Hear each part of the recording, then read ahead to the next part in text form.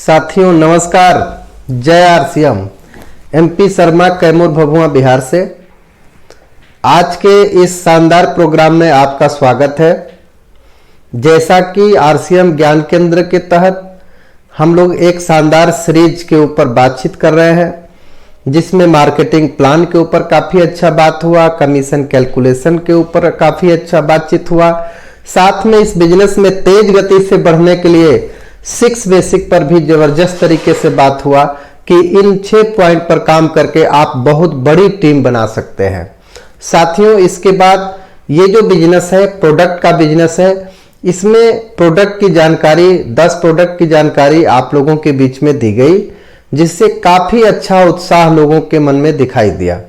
साथ ही आप लोगों के बीच में बातचीत करते हुए, ये जो बिजनेस है ये लोगों का बिजनेस है, इसलिए लोगों के बीच में व्यवहार और संबंध को स्थापित करने के लिए और अच्छे तरीके से एक संबंध बनाने के लिए लोक व्यवहार के ऊपर भी काफ़ी अच्छा बातचीत हुई और हो रही है। साथियों, लोक व्यवहार के ऊपर बातचीत करने के दौरान हम लोगों ने ये तय किया था कि हम लोग 4 दिन एक एक पॉइंट पर बातचीत करेंगे, जिसमें पहला दिन चर्चा हुआ था अपने टीम साथियों को आकर्षित कैसे करें या अपने टीम साथियों को प्रभावित कैसे करें। दूसरे दिन हम लोगों ने बातचीत किया कि अपने टीम साथियों के दिल में जगह कैसे बनाएं। फिर तीसरे दिन यानी कल जो बातचीत हम लोगों का हुआ वो ये हुआ कि क्या करें कि टीम साथी आपकी बात माने, क्या करें कि टीम साथी आपकी बात माने। ये तीसरा दिन कल चर्चा हुआ था। और आज जो चर्चा होने वाला है वो ये है कि बिना ठेस पहुंचाए अपने टीम साथियों को कैसे बदलें।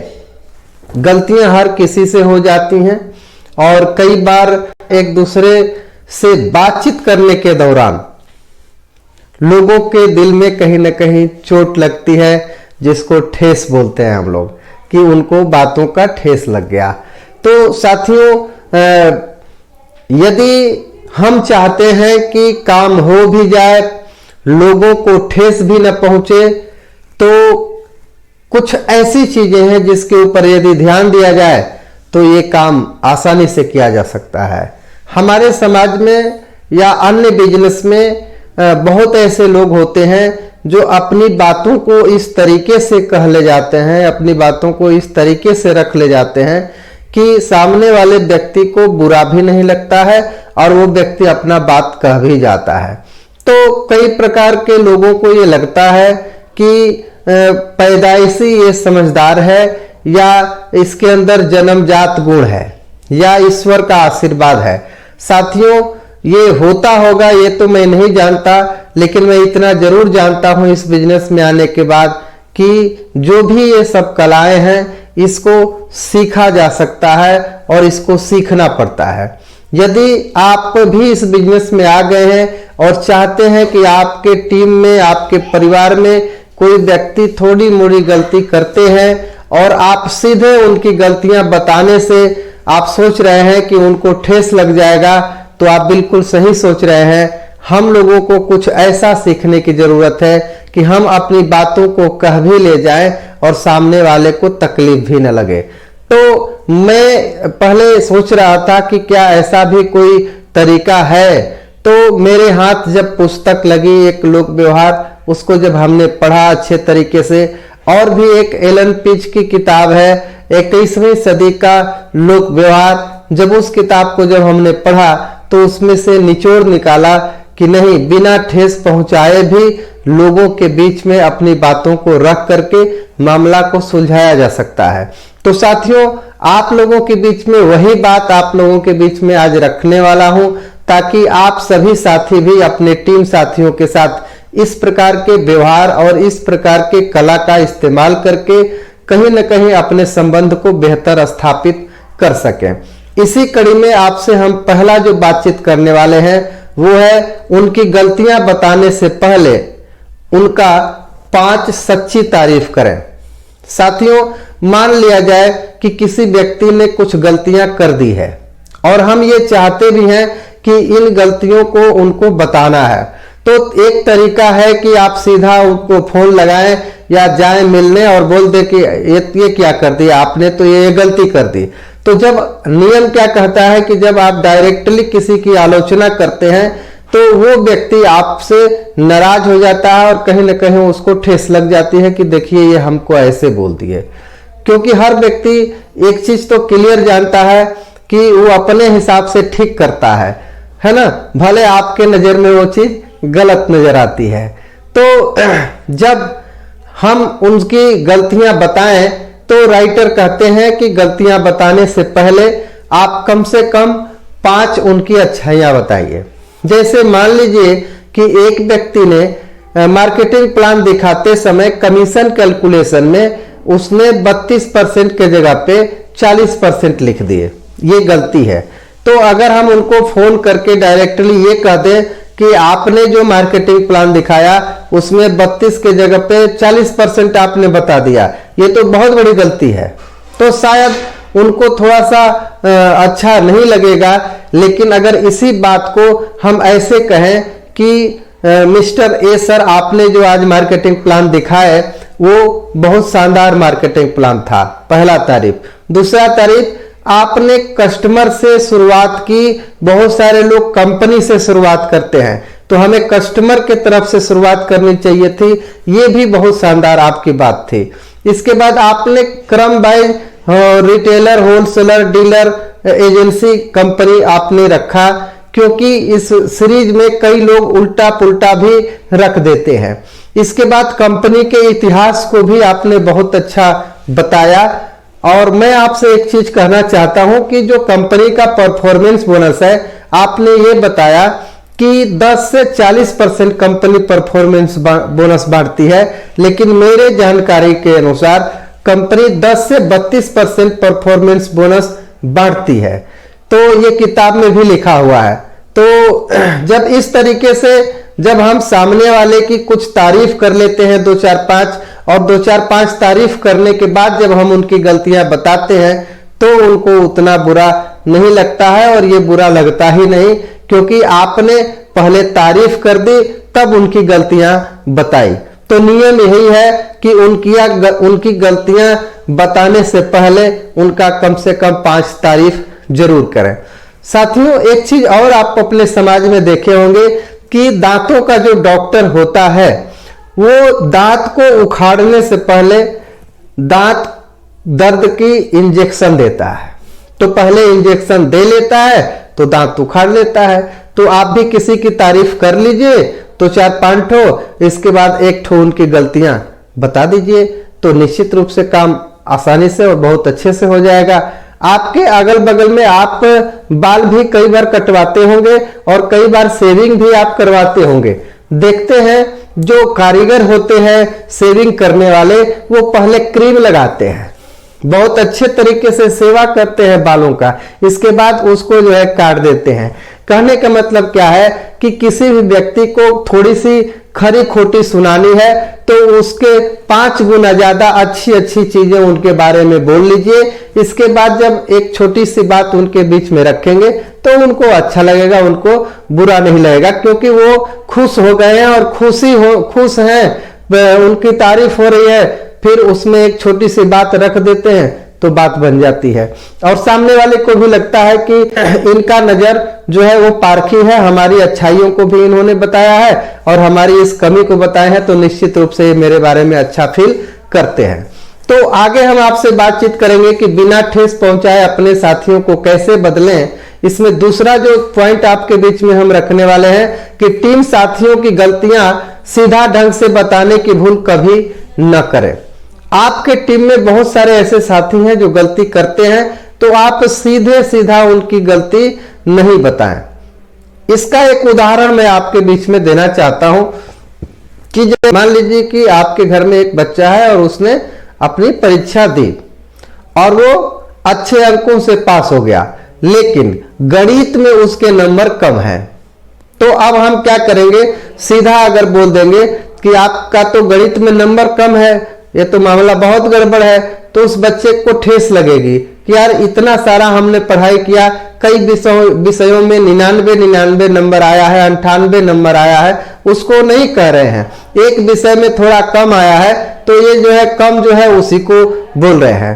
तो ये ठेस लगने वाली बात है। तो हम चाहते हैं कि हम सामने वाले को थोड़ा सा जो गलती है उसका एहसास भी दिला दें और सामने वाले को गलत भी न लगे। तो उसका तरीका क्या है, उदाहरण के हिसाब से हम आपके बीच में रख रहे हैं। जैसे हम कह सकते हैं कि मिस्टर मनोज जी, आपने जो परीक्षा दिया है बहुत अच्छे नंबर से उत्तीर्ण हुए हैं और अच्छे नंबर से उत्तीर्ण होने के साथ साथ आपने बहुत अच्छा अंक हर विषयों में प्राप्त किए हैं। और यदि ऐसे ही मेहनत करते रहे और ऐसे ही प्रयत्न लगातार करते रहे, पढ़ाई पर इतना ही ध्यान देते रहे, तो अन्य विषयों के जैसा ही गणित में भी आपका अच्छा नंबर आने लगेगा। तो साथियों, आपने उसकी कमी तो बताई, लेकिन इस तरीके से बताई कि उसकी कमी उस तक पहुंच भी गई और उसको बुरा भी नहीं लगा। तो साथियों, ठीक इसी तरीके से अपने टीम साथियों का जो भी गलतियां हैं सीधा सीधा न बता करके थोड़ा सा अपने तौर तरीके को बदल करके अगर बताएंगे तो उनको अच्छा भी लगेगा और वो अपने अंदर सुधार भी करेंगे। यदि आप सोचते हैं कि मैं डांट करके, प्रताड़ित करके और डायरेक्टली बोल करके बात करूंगा, तो साथियों एक चीज का ध्यान रखें कि कोई भी व्यक्ति ये नहीं चाहता है कि हमारी आलोचना करे। कोई भी व्यक्ति ये नहीं चाहता है कि कोई हमको हुक्म दे कि आप ये क्या कर दिया, आपको ऐसा करना चाहिए, ऐसा करना चाहिए। ये गलत वर्ड है। कहीं ना कहीं हम लोगों को एक बेहतर रिलेशन को मेंटेन करते हुए एक दूसरे के साथ यहाँ पे चलना है। आशा करते हैं कि लोगों को बिना ठेस पहुंचाए अपने साथियों को बदलने का जो तरीका आप सीख रहे हैं काफी कारगर आपके लिए साबित होगा।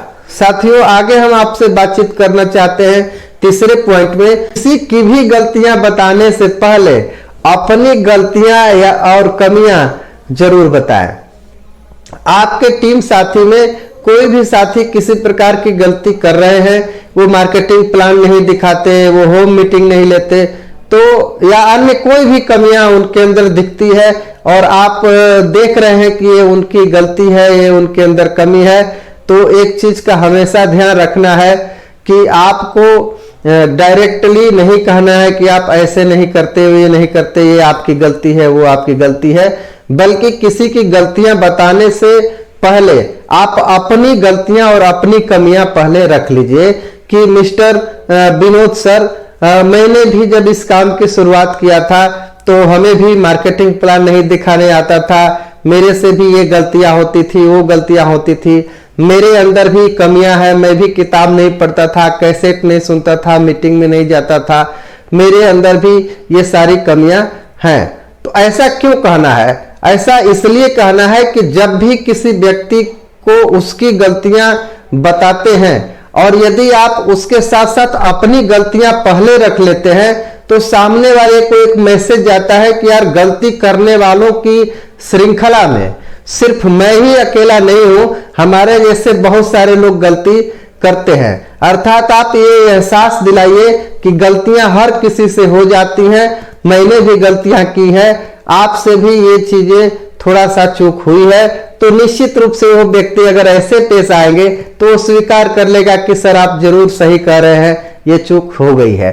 साथियों, आगे हम आपसे बात करेंगे कि कोई जरूरी नहीं है कि लोग गलतियां करना छोड़ दें, या बातचीत करने का मतलब ये भी नहीं है कि लोग गलती आगे ना करें, बल्कि कई बार तो ऐसा होता है कि बस ये मान लेने से कि नहीं यहाँ हमसे चूक हुई है तो सामने वाला ऐसे ही गदगद हो जाता है कि चलिए ये बात को समझ गए और अपनी गलती को महसूस कर लिए कि यहाँ गलती हुआ है। भले ही ना आप अंदर अंदर गलती सुधारने के लिए तैयार हो, आगे आप फिर गलती करने वाले हो, वो अलग की बात है, लेकिन अगर सिर्फ स्वीकार करते हैं कि ये चूक हुई है तो सामने वाला पिघल जाता है कि यार ये आदमी कितना अच्छा है कि अपनी गलती को स्वीकार कर लेता है। ये भी एक शानदार कला अपने अंदर डेवलप कर सकते हैं। आगे आप ये कह सकते हैं कि देखिए सर, हमने भी अपने जीवन में कई सारी गलतियां कर रखी है और बहुत सारी गलतियां जीवन में होती हैं। मैं स्वयं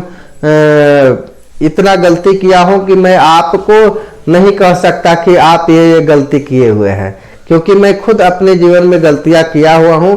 लेकिन मैं आपसे एक चीज कहना चाहता हूं कि ये वाला जो काम है, इस काम को यदि बदल के अगर इस तरीके से होता तो आपको क्या लगता है कि कुछ परिणाम अलग आते?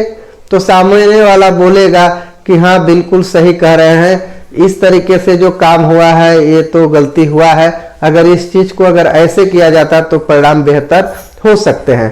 तो लोगों को ठेस लगाए बिना लोगों को बदलने का ये तरीका है। इस तरीके से आप लोगों को बदल सकते हैं, काफी अच्छा काम आपका हो सकता है। साथियों, अभी किसी की गलतियां बताने से पहले अपनी गलतियां और अपनी कमियां पहले रख लें, इसके बाद सामने वाले की बताएं के ऊपर बातचीत हो रही थी। और आगे हम चौथे पॉइंट पर बात करेंगे कि अपनी बात सीधा रखने के स्थान पर प्रश्न पूछिए। चौथी जो बात है, किसी को ठेस पहुंचाए बिना अगर चाहते हैं कि हम बदलें, तो जो चौथा तरीका है वो ये है, अपनी बात सीधा रखने के बजाय प्रश्न पूछिए। यदि किसी ने गलती किया और सीधा सीधा जाके आप बोल दिए कि ये गलती है, तो मामला गड़बड़ हो सकती है। उसके जगह पर आप छोटे छोटे प्रश्न पूछिए, आपका काम आसान हो जाएगा और बिना ठेस पहुंचे सामने वाला अपने अंदर बदलाव कर सकता है। साथियों, चौथा जो पॉइंट है वो ये है कि अपनी बात सीधा रखने से बेहतर है कि आप प्रश्न पूछिए। आप किसी टॉपिक के ऊपर बातचीत करना चाहते हैं और आप सोच रहे हैं कि सामने वाले को ठेस भी न पहुंचे, सामने वाले को ये भी न लगे कि ये हुक्म चला रहे हैं, सामने वाले को ये भी न लगे कि ये अपने मनमानी कर रहे हैं, तो हो सकता है कि आप अपने मन वाली बात थोपेंगे तो लोगों को ठेस लगेगी कि देखिए हमको ऐसे तो करना नहीं था, ये अपना आए और थोप के ये सारी बातें चले गए, तो कहीं ना कहीं उनके दिल में अच्छा फीलिंग नहीं आती है। तो इन चीजों से बचने के लिए अच्छा है कि उनसे छोटे छोटे कुछ प्रश्न करिए और उस प्रश्नों के दौरान जब वो उत्तर देंगे तो आपके हिसाब का उत्तर देंगे और उनको ठेस भी नहीं लगेगी और आपका काम भी हो जाएगा। तो इस चीज को इस प्रकार से रखें, आपके बीच में वो चीजें मैं रख रहा हूं। उनसे पूछें कि क्या हम लोग ऐसा कुछ कर सकते हैं जिससे परिणाम हम लोगों का इससे बेहतर हो सके। तो जब ऐसा कहते हैं तो सामने वाले को अच्छा लगता है और परिणाम कैसे बेहतर होगा के ऊपर सारे लोग अपना प्रतिक्रिया देना शुरू करते हैं। तो ये है तरीका।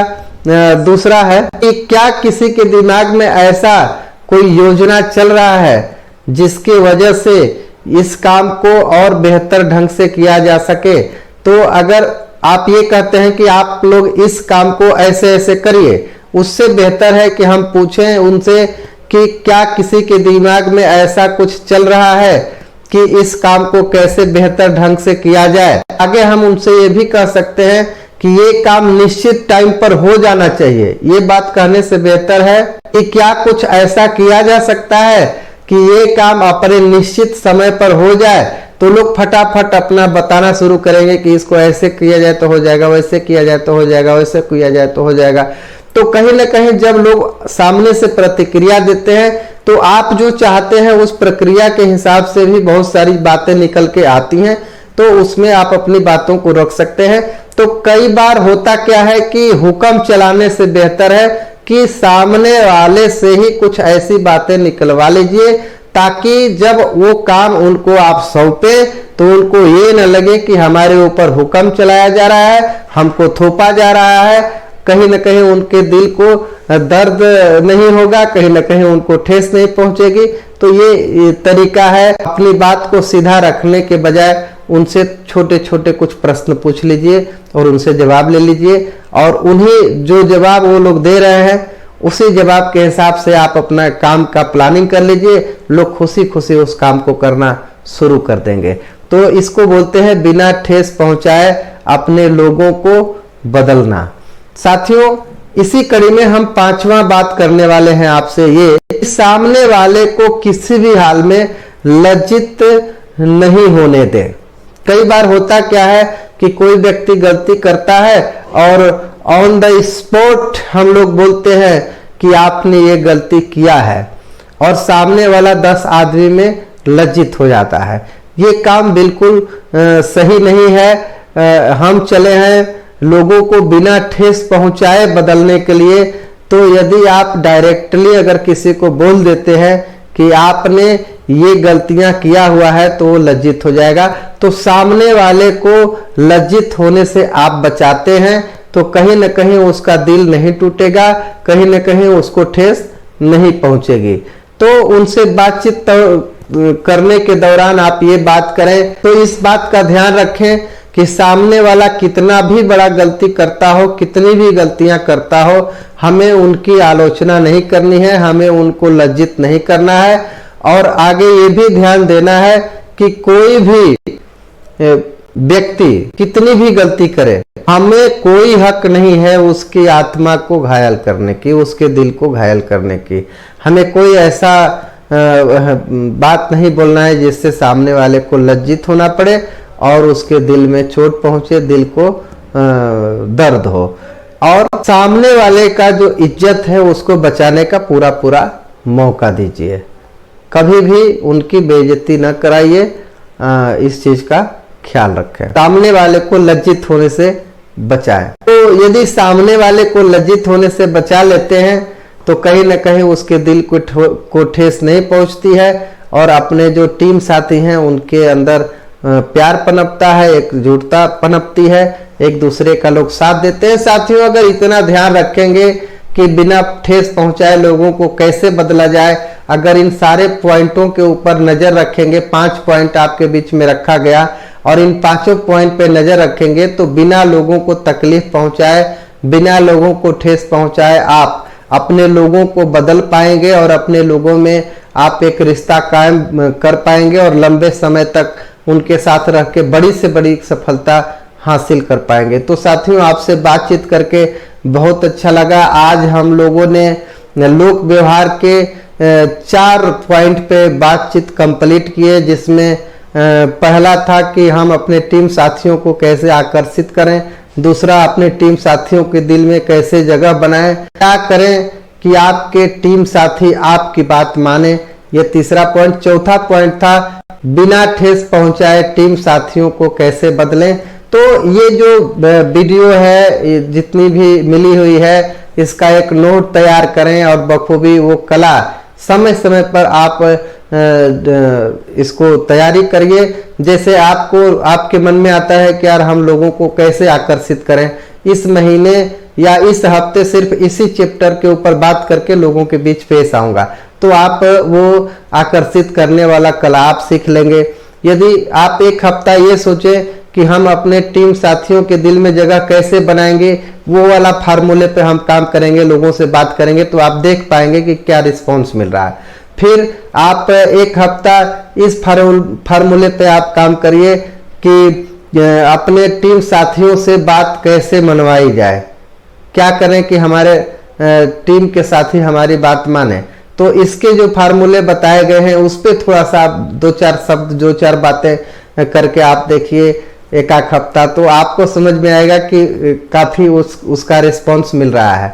और बिना ठेस पहुंचाए अपने टीम साथियों को कैसे बदलें, अगर कोई गलती कर रहा हो, और यदि इन तरीकों से अगर आप अपने बातों को रखते हैं तो आप देख पाएंगे कि आपका फार्मूला कितना काम कर रहा है। तो अगर आप इन चीजों को करने लग गए तो साथियों मैं बता दूं कि कई बार होता क्या है कि लोगों को लगता है कि इस बिजनेस में जो तेज तरार लोग होते हैं वो आगे जाते हैं। यह बिल्कुल गलत बात है। इस बिजनेस में आपका बिजनेस का नॉलेज मात्र 20% मायने रखता है, एक ट्रेनिंग में बताया गया, और आपका व्यवहार 80% मायने रखता है। तो ये जो चारों सब्जेक्ट है जिसके ऊपर हमने बात किया, लोक व्यवहार का जो 4 सब्जेक्ट है, इनको इतना जबरदस्त रिपीट करिए, अपने अंदर उतारिए कि जब आप, कहा जाता है ना कि जब हम किसी का दिल जीत लेते हैं तो कुछ भी हो सकता है। एक सच्चा दोस्त आपके साथ मिल करके गलत गलत काम भी करने को तैयार हो जाता है। तो हम लोग तो इतना सही काम कर रहे हैं, तो अगर यहाँ पे सच्ची दोस्ती अगर बनाए, सच्चा रिलेशन बनाए, तो कितना बड़ा काम हो सकता है। तो बस साथियों, आपसे बातचीत करके बहुत अच्छा लगा। साथियों, विशेष कल फिर 9 बजे हम लोग मिलते हैं। तब तक के लिए आप सभी साथियों को नमस्कार। जय आरसी।